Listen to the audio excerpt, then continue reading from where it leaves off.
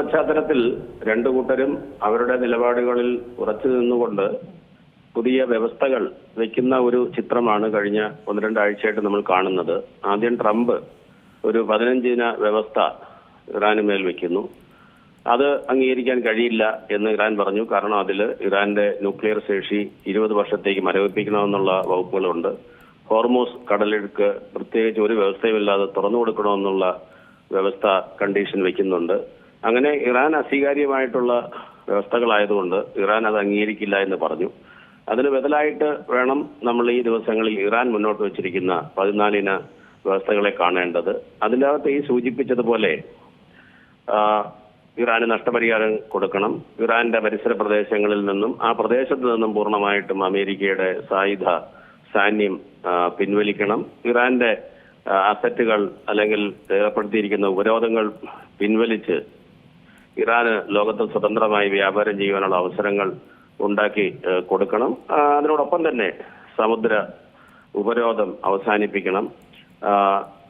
അതുപോലെ തന്നെ യുദ്ധം എല്ലാ മേഖലകളിലും അവസാനിപ്പിക്കണം. അപ്പം ഇറാന് നേരെ മാത്രമല്ല, ഇറാന്റെ നിഴൽ സംഘങ്ങൾ ആയിട്ടുള്ള ഹെസ്ബുള്ളയ്ക്ക് നേരെയും അല്ലെങ്കിൽ ഗാസയിലും ഒക്കെ ഉണ്ടാകുന്ന പ്രശ്നങ്ങൾ അവസാനിപ്പിക്കണം. അങ്ങനെ നിരവധിയായിട്ടുള്ള ഇറാന്റെ നിലനിൽപ്പിന് വളരെ ആവശ്യമായിട്ടുള്ള കുറെ കാര്യങ്ങളാണ്. അതിൽ ഏറ്റവും പ്രധാനപ്പെട്ടുള്ളത് ഇങ്ങനെ വെടിനിർത്തി എന്ന് നീട്ടിക്കൊണ്ടു പോവുകയും അതേസമയം ഒരു അപ്രഖ്യാപിത യുദ്ധം സമുദ്ര വ്യാപാര നിരോധനത്തിലൂടെയും ബ്ലോക്കേഡിലൂടെയും അമേരിക്ക നടത്തുന്നു. അതുകൊണ്ട് ഇങ്ങനെ നീട്ടിക്കൊണ്ടു പോകരുത്. 30 ദിവസത്തിനുള്ളിൽ ഒരു സമാധാന കരാറിലേക്ക് എത്തണം.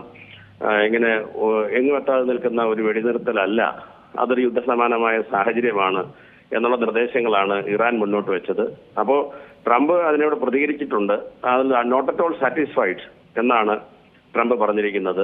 എന്നിട്ട് അദ്ദേഹം പറഞ്ഞത്, ഞാൻ അതിന്റെ ഒരു കൺസെപ്റ്റ് മൊത്തത്തിലൊന്ന് പഠിച്ചിട്ടേ ഉള്ളൂ, അതിന്റെ ഓരോ വ്യവസ്ഥകളും കാര്യമായി പഠിച്ചിട്ടില്ല, പഠിച്ചതിന് ശേഷം കൂടുതലായി പ്രതികരിക്കാം, എന്നിരുന്നാലും മൊത്തത്തിൽ അതുമായിട്ട് യോജിച്ചു പോകാൻ ബുദ്ധിമുട്ടുണ്ട് എന്നുള്ള സന്ദേശമാണ് നൽകിയിരിക്കുന്നത്.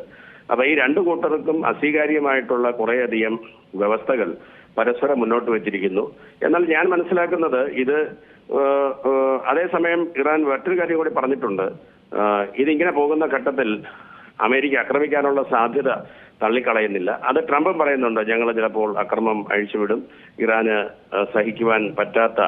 താങ്ങുവാൻ പറ്റാത്ത ശിക്ഷ ഞങ്ങൾ നൽകും. ഇങ്ങനെയുള്ള അവിടെയും ഇവിടെയും തൊടാത്ത എന്നാൽ യുദ്ധത്തിന് സമാനമായിട്ടുള്ള ട്രംപിന്റെ ഒരു രീതിയിലുള്ള പ്രസ്താവനകൾ വരുന്നുണ്ട്. നമ്മൾ തന്നെ കേട്ടതാണ്, അദ്ദേഹം അമേരിക്കൻ കോൺഗ്രസിൽ റിപ്പോർട്ട് ചെയ്തത് ഇപ്പോൾ യുദ്ധമൊന്നുമില്ല, കാരണം വെടിനിർത്തൽ ഓൾറെഡി 60 ദിവസത്തിന് മുമ്പ് വെടിനിർത്തൽ വന്നു കഴിഞ്ഞു, അതുകൊണ്ട് യുദ്ധമില്ല എന്നൊക്കെ. അതൊക്കെ അവിടുത്തെ രാഷ്ട്രീയവുമായി ബന്ധപ്പെട്ടതാണെങ്കിലും ട്രംപിന്റെ ഒരു നിലപാട് എന്ന് പറയുന്നത് നമുക്ക് കൃത്യമായിട്ട് ഒരിക്കലും മനസ്സിലാക്കാൻ പറ്റാത്ത, എന്താണ് അവർ ഉദ്ദേശിക്കുന്നത് എന്ന് മനസ്സിലാക്കാൻ പറ്റാത്ത രീതിയിലുള്ള പ്രസ്താവനകളാണ്. പക്ഷെ ഇതിൽ നിന്ന് ഒരു കാര്യം മനസ്സിലാക്കാം, ഒരു തുറന്ന യുദ്ധത്തിലേക്ക് പോകുവാൻ രണ്ടു കൂട്ടർക്കും വലിയ താല്പര്യമുണ്ടോ എന്ന് ഞാൻ മനസ്സിലാക്കുന്നില്ല. അതേസമയം ഇവർ എടുത്തിരിക്കുന്ന നിലപാടുകളിൽ നിന്ന് പിന്നോട്ട് പോകുവാൻ ഇവരുടെ അഭിമാനവും അതുപോലെ തന്നെ ഇവർക്ക് യുദ്ധത്തിന്റെ ഭാഗമായിട്ടുണ്ടായിട്ടുള്ള, പ്രത്യേകിച്ച് ഇറാൻ ഉണ്ടായിട്ടുള്ള നാശനഷ്ടങ്ങളും അവർ നേരിടുന്ന സാമ്പത്തിക ഉപരോധവും ഒക്കെ തന്നെ ഇറാനെയും ഒട്ടും അനുവദിക്കുന്നില്ല. എന്നാൽ സമുദ്ര വ്യാപാരത്തിന് അമേരിക്ക ഏർപ്പെടുത്തിയിരിക്കുന്ന ഉപരോധം പിൻവലിച്ചാൽ ഹോർമോസ് കടലെടുത്ത് തുറന്നു കൊടുക്കാമെന്ന്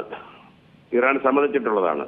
അപ്പോ അമേരിക്കയുടെ ഒരു നിലപാട് എന്ന് പറയുന്നത് ഈ സമുദ്ര വ്യാപാര നിരോധനത്തിലൂടെ ഇറാനെ വരും ദിവസങ്ങളിൽ സമ്മർദ്ദത്തിലാക്കി അമേരിക്കയ്ക്ക് അനുകൂലമായിട്ടുള്ള കുറേയധികം വ്യവസ്ഥകൾ യുദ്ധം അവസാനിപ്പിക്കുന്നതിന്റെ ഭാഗമായി കൊണ്ടുവരാം എന്നുള്ള ചിന്തയാണ് അമേരിക്കയ്ക്ക് ഉള്ളതെന്ന് കരുതുന്നു. എന്നാൽ ഇറാൻ അതിന് വഴങ്ങി കൊടുക്കില്ല. ഇപ്പോഴും അവിടുത്തെ കാര്യങ്ങൾ തീരുമാനിക്കുന്നത് ഇറാന് നല്ല കഴിവുണ്ട്, അവർക്ക് വേണ്ട ആയുധങ്ങളുണ്ട്, മിസൈലുകളുണ്ട്, അവരെ സഹായിക്കാൻ മറ്റ് രാജ്യങ്ങളുണ്ട്, അവർ ഇതുവരെ പ്രയോഗിച്ചിട്ടില്ലാത്ത ആയുധങ്ങൾ പ്രയോഗിക്കുമെന്നുമൊക്കെ ഇറാൻ പറയുന്നുണ്ട്. അതുകൊണ്ട് ഈ കഴിഞ്ഞ ദിവസങ്ങളിൽ തുടർന്നു പോലെയുള്ള പരസ്പരം ഒരു കുറ്റപ്പെടുത്തലുകളും എന്നാൽ വിട്ടുവീഴ്ചയ്ക്ക് തയ്യാറല്ലാത്തതുമായിട്ടുള്ള ഒരു നയമാണ്. അതിൽ നമ്മൾ മുമ്പ് സൂചിപ്പിച്ചതുപോലെ ആണവായുധത്തിന്റെ പ്രശ്നം പരിഹരിക്കുവാൻ ഒരു രീതിയിലുള്ള വിട്ടുവീഴ്ചയ്ക്കും അമേരിക്ക ചെയ്യില്ല. എന്നാൽ അത് ഞങ്ങളുടെ നാഷണൽ അസറ്റാണ്, മിസൈലുകൾ ഞങ്ങളുടെ ദേശീയ സമ്പത്താണ് എന്ന് ഇറാൻ പ്രഖ്യാപിക്കുന്ന നിലപാട്. അതുകൊണ്ട് രണ്ടു കൂട്ടരും വിട്ടുവീഴ്ചകൾ ചെയ്യാത്തത് കൊണ്ടാണ് അങ്ങോട്ട് വെക്കപ്പെടുന്ന വ്യവസ്ഥകൾ സമാധാനം അവസാനിപ്പിക്കാൻ വേണ്ടിയിട്ടുള്ള അമേരിക്കയുടെ 15-ദിന വ്യവസ്ഥകളാണെങ്കിലും ഇറാന്റെ 14 വ്യവസ്ഥകളാണെങ്കിലും ചർച്ചകൾ എങ്ങും എത്താതെ നിൽക്കുന്നത് ഇത് തീർച്ചയായിട്ടും നമുക്ക് എല്ലാവർക്കും വലിയ ആശങ്ക ഉണ്ടാക്കുന്ന ഒരു സാഹചര്യം തന്നെയാണെന്നുള്ള കാര്യത്തിൽ സംശയമില്ല. കാരണം ഇന്ന് ഓയിലിന്റെ വില ബാരലിന് $126. ഇതുണ്ടാക്കുന്ന സാമ്പത്തിക പ്രതിസന്ധി ചില്ലറയല്ല. നമ്മുടെ രാജ്യത്ത് തന്നെ 900-ൽ പരം രൂപയാണ് ഒരു സിലിണ്ടറിന് കൂടിയത്. അത് എല്ലാ മേഖലകളെയും ബാധിക്കും. അപ്പം ആ പ്രശ്നങ്ങൾ ഇന്ത്യയെ വളരെയധികം ബാധിക്കുന്നുണ്ട്. ഗൾഫിൽ തന്നെ പല രാജ്യങ്ങൾ തമ്മിലുള്ള അനൈക്യത്തിലേക്ക് ഇത് പോയി കഴിഞ്ഞു. UAEയും സൗദി അറേബ്യയും തമ്മിലുള്ള തർക്കങ്ങൾ മറനീക്കി പുറത്തു വന്നിരിക്കുകയാണ്. UAE organisation of petroleum exporting കൺട്രീസിൽ നിന്ന് അവരുടെ അംഗത്വം പിൻവലിക്കുകയാണെന്ന് പ്രഖ്യാപിച്ചു കഴിഞ്ഞു. അപ്പോൾ മൊത്തത്തിൽ നമുക്കൊരു വലിയ പരിഹാരത്തിനുള്ള സാധ്യതകൾ ഒന്നും തന്നെ കാണാതെ, എന്നാൽ ഇത് യുദ്ധമാണോ എന്ന് ചോദിച്ചാൽ തീർത്തും യുദ്ധമാണെന്ന് പറയാൻ പറ്റില്ല. എന്നാൽ ഏതെങ്കിലും രീതിയിലുള്ള സമാധാനം ഉണ്ടോ എന്ന് ചോദിച്ചാൽ അതുമില്ല. ഇതിന്റെ ഭാഗമായി വ്യാപാരവും അതുപോലെ തന്നെ വിവിധ തരത്തിലുള്ള എനർജിയുടെ ആവശ്യം ലോക രാജ്യങ്ങൾക്കുണ്ട്. അവയെല്ലാം അവയുടെ ദൗർബല്യവും അതുണ്ടാക്കുന്ന സാമ്പത്തിക പ്രതിസന്ധിയുമെല്ലാം നമ്മളെ വളരെയധികം ബുദ്ധിമുട്ടുന്ന ഒരു സാഹചര്യമാണ് നിലവിൽ അവിടെയുള്ളത്. സമാധാനം എന്നിരുന്നാലും ഞാൻ കഴിയുന്നില്ല ഇനി ഒരു തുറന്ന യുദ്ധത്തിലേക്ക് പോകാനുള്ള സാധ്യത ഉണ്ട് എന്ന്. കാരണം രണ്ടു കൂട്ടർക്കും അറിയാം ലോക സമ്പദ് വ്യവസ്ഥയ്ക്ക് നേരിടുന്ന ബുദ്ധിമുട്ടുണ്ട്, ഇറാന് നേരിടുന്ന ബുദ്ധിമുട്ടുണ്ട്, അമേരിക്കയുടെ അഭിമാനത്തിന്റെ പ്രശ്നമുണ്ട്. ഇസ്രായേൽ ഏത് രീതിയിലാണെങ്കിലും ഇറാനെ എത്രയും ദുർബലമാക്കാമോ അതിന് ഇസ്രായേലിനെ സംബന്ധിച്ചിടത്തോളം ഇനി യുദ്ധം രൂക്ഷമായാലും പ്രശ്നമില്ല എന്നൊരു നിലപാടാണ് അവരെടുക്കുന്നത്. അവർക്ക് ഇഷ്ടം പോലെ കഴിഞ്ഞ ദിവസം അമേരിക്ക അയച്ചു കൊടുത്തതായിട്ട് നമ്മൾ നമ്മുടെ മാധ്യമങ്ങളും വായിച്ചു. അപ്പോ ഏത് രീതിയിൽ പോകും, എങ്ങനെയാണിത് അവസാനിക്കുക, എങ്ങനെയാണ് ഇതിനൊരു പരിഹാരം ഉണ്ടാക്കുക എന്നുള്ള ഒന്നും തന്നെ ചിത്രത്തിൽ നിന്ന് വ്യക്തമാക്കാതെ ഒരു സാഹചര്യമാണ്. ആകെയുള്ള ഒരു ആശ്വാസം ചില സമാധാന ശ്രമങ്ങൾ പിന്നാമ്പുറത്താണെങ്കിലും നടക്കുന്നുണ്ട്. വ്യവസ്ഥകൾ അങ്ങോട്ടും ഇങ്ങോട്ടും ഒക്കെ വെക്കുന്നുണ്ട്. അതിൽ ചർച്ചകൾ നടക്കുന്നുണ്ട്.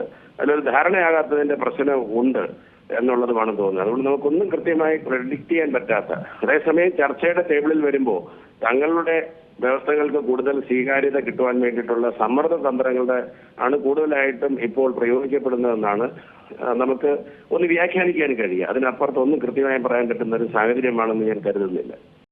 ഏറ്റവും പുതിയ വാർത്തകളും വിശേഷങ്ങളും വിരൽ തുമ്പിലറിയാൻ സീ മലയാളം ന്യൂസ് എല്ലാ ഡിജിറ്റൽ പ്ലാറ്റ്ഫോമുകളിലും ലഭ്യം.